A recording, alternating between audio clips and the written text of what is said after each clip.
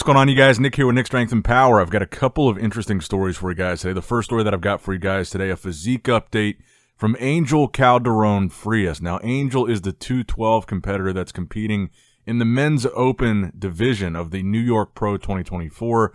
So this physique update, he says, is from 2 weeks ago, which would put him about 4 weeks out. And Angel is a guy that I still think could be very dangerous in this lineup, even as impressive as the men's open lineup is really shaping out to be. Because Angel is one of those guys that brings this crazy level of conditioning. And we see this with these 212 guys, Hadi Chupin being a prime example of this. Even though physically he's smaller, shorter guy, more compact, he consistently brings really good conditioning. And Angel himself is a top 3 212 Olympian, and he's also won open pro shows in the past. So I feel like what happens a lot of times with these 212 guys that come over to men's open bodybuilding is a lot of people discount them because they're smaller than the open guys. But I think what you see happen is because these guys are so much shorter, they're able to max out their frame a lot quicker. They're able to really fill out their physique to have a really, even though compact, really filled out and balanced proportional physique. They have very few weak spots because they fill up their frame rather quickly. And I would say the same thing about Tonio, who's also in this lineup. He came from 212 and he's now competing in open. So they have a smaller frame to fill out. So they're very complete. And this is where they catch some of these bigger guys, is they know to be successful in the open division, they're never going to be the biggest, freakiest guy. So they've got to be really conditioned. And I think what you see from Angel in this video is what I just said about him. Really crisp, just grainy conditioning in the back. And that's how these shorter, smaller guys catch the bigger guys. They bring this crazy conditioning. They're very complete, although compact physiques. Oftentimes are able to beat a bigger guy that's off. So that's where Angel could be dangerous here. And I know you've got Nick, you've got Martin, you've got Tonio, you've got Quint Beatwood, you've got Tim Budashim, Angel, all these guys that we know about so far here at, 2 weeks out? I guess 2.5 weeks out. From the New York Pro, probably more guys are going to join the lineup. But Angel could very well be dangerous amongst these really good open guys. Now, in addition to that, like I just mentioned, Quint Beatwood doing the show, we got another physique update, this time from Quint's coach, Matt Jansen, who's also coaching Nick Walker for the same show. And Quinton, what can I say about Quinton that I haven't already said? When you look at these pictures, especially this front relax pose, the crazy V-taper this guy has for the amount of size that he carries.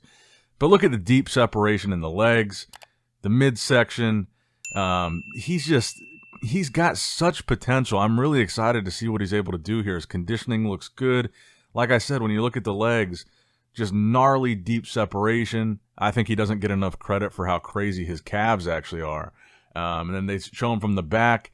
His back looks wider to me. Again, his calves his calves stand out so much to me. You don't really see too many guys with calves that look like this. I always thought that was impressive about him, but he looks phenomenal here. I mean, there's not much more for me to say about him, but I think this is going to be a tremendous showing for him. Whether or not he wins, that remains to be seen. But I just think, man, he's going to do well.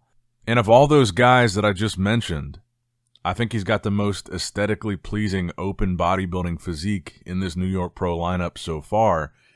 And he's probably one of the biggest guys. Because he's so tall, he might be the heaviest guy in this lineup. And it looks like he's in pretty good condition. So everything that I just said about Angel, if we have a bigger aesthetic guy like Quinton that's able to really nail his conditioning, that could be just as dangerous as a shorter, more compact guy. But a taller guy like Quinton, it takes longer to really fill out that frame. And I feel like that's why, even though he's kind of been around for a while, but he's still pretty young. He still hasn't competed a whole lot as a pro, because he's taken a lot of time off. He's been away from the stage for, I think, over a year now, because it takes longer for these bigger, taller guys to really fill out their frame. And that's kind of the point that I was trying to make with Angel, is being so much shorter, having such smaller frame, it's easier to fill out. So I think that's kind of what's taken so long with Quinton to really fulfill his true potential with this insane physique of his. I think that's why it becomes harder for taller guys in general. People always say bodybuilding is a short man's sport, and to an extent, that's true. And then next up, we can look over at this comparison shot that Nick Walker posted. And I thought this was interesting because this is exactly what I thought when we saw that back double bicep from Nick a couple days ago, is that his back looked a lot thicker to me in this update. And he shows a comparison, and granted, there's a 3-year difference here. This isn't, comparing his Arnold Classic prep, for example, to this year's New York Pro prep, but this is 2021 New York Pro versus 2024. And obviously, it's very clear to see his back is significantly thicker than when he won the New York Pro. So Nick won in 21, Blessing Awodabu won in 22, Antonio Burton won in 23. Does Nick Walker have a chance at winning 2024? His chances are looking pretty damn good.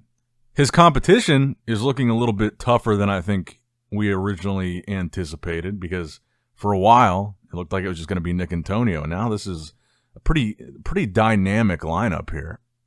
Now, next up in the news, a little classic physique drama. And this was kind of an interesting one to me because the guy that was in this drama, quote unquote, isn't a guy that you typically see talk a lot of trash or get mixed up in things like this. But this was a comment thread on a post from Generation Iron that was titled, Urs Kalsinski eyes Chris Bumstead's Olympia title and says, I'm the guy. I'm going to prove it at the end of the year.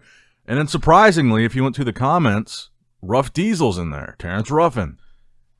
And he responds and says, bold talk from a guy that just lost to the 7th place finisher at last year's Olympia. But who knows? Referring to the Arnold Classic, in which Urs lost to Wesley Vissers. Wesley was 7th at last year's Olympia, although I think he's improved significantly, clearly, since the Olympia, from the Olympia to the Arnold. And I'm kind of curious to get your guys' take on this, because like I said, Terrence doesn't typically inject himself in these type of back and forths. And there really wasn't a back and forth here. Terrence kind of started it. But it's interesting because Terrence has kind of fallen out of the conversation of being in that top 2 battle with Chris Bumstead. It's really been Chris and Ramon for a few years now, to where it was previously Chris and Terrence. And at the last Mr. Olympia 2023, Terrence was in 5th place, 2 placings behind Urs. So I wonder, what do you guys think? Do you guys think that Terrence has a chance not only at one day getting back into that top 2 conversation, but at beating Urs at the Olympia? Because Urs was 3rd in 2023, 2 placings ahead of Terrence. And I also wonder, do you guys think there's any genuine beef there? Because I don't think I've ever seen Terrence and Urs go back and forth. But let me know what you guys think in the comments below. Is Urs going to be back in the conversation this year as a top 2 guy at the Olympia? I personally am leaning towards a strong possibility of not necessarily Urs or Terrence or Ramon. I think there's a real shot that Wesley can find himself in that top 2 this year.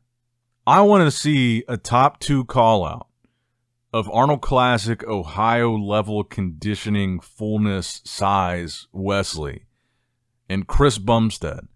2 bigger, taller, ripped, classic physique guys that have really commanding, exciting stage presence. That's what I feel like is going to happen at this year's Olympia. I feel like it might not be Urs, Terrence, or Ramon. I think this could be Wesley's year, but that's just me. Now, the final story that I've got for you guys today, a lot of people are talking about the latest update from Derek Lunsford. So some of these videos come straight from his YouTube channel. Then he posted one today on Instagram that was a little bit more HD and suited for Instagram. And at this point, Derek is pretty deep into his offseason. I think that's pretty noticeable here because this is probably, I would say this is the biggest we've ever seen Derek up until this point. And this is about a week and a half now out from taking the stage at the Pittsburgh Pro guest posing, where he's going to have to go against guys that are not in their offseason and in really good shape, like Nick Walker, who will be competing just 1 week after the guest posing, which is going to be such an interesting comparison, I think, to potentially see Derek, although not as conditioned, potentially look bigger than Nick at this guest posing.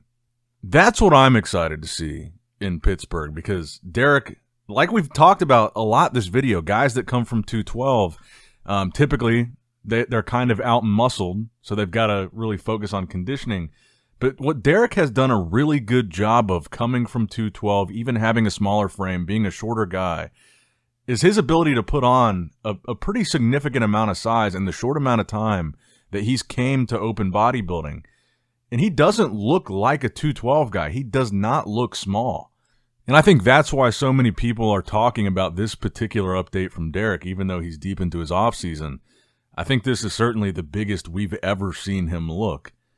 And the other thing about that, too, he's clearly put on size, very round and full, but he didn't sacrifice his midsection at all. You don't see a big blown-out midsection. Still tight, still deep separated abs, still pulling a vacuum pose. Very impressive. Can't wait to see this guy on stage in Pittsburgh. But let me know what you guys think in the comments down below. That's going to wrap it up for the video today, guys. I hope you did, in fact, enjoy it. Make sure you like the video, subscribe to the channel, click that bell notification icon if you have not already. And as always, I love you guys. Appreciate you guys. Nick Strength and Power signing out. All right, guys, don't forget to click that like button and subscribe to this channel if you enjoy the content. Also, check out my Instagram at NickStrengthPower. My Facebook page, which is simply Nick Strength and Power. My secondary YouTube channel, Nick Strength and Vlogs, for vlogs and bonus content that you will not see on this channel. And consider subscribing to my third YouTube channel, Nick Strength and Pokemon, which is all things Pokemon and trading card games, completely unrelated to this channel. So if you're into that, give that one a look. And all links to merchandise and social media will be in the description box below. If you guys want a Nick Strength and Power t-shirt, that will be in the Shopify link below. Have a great day.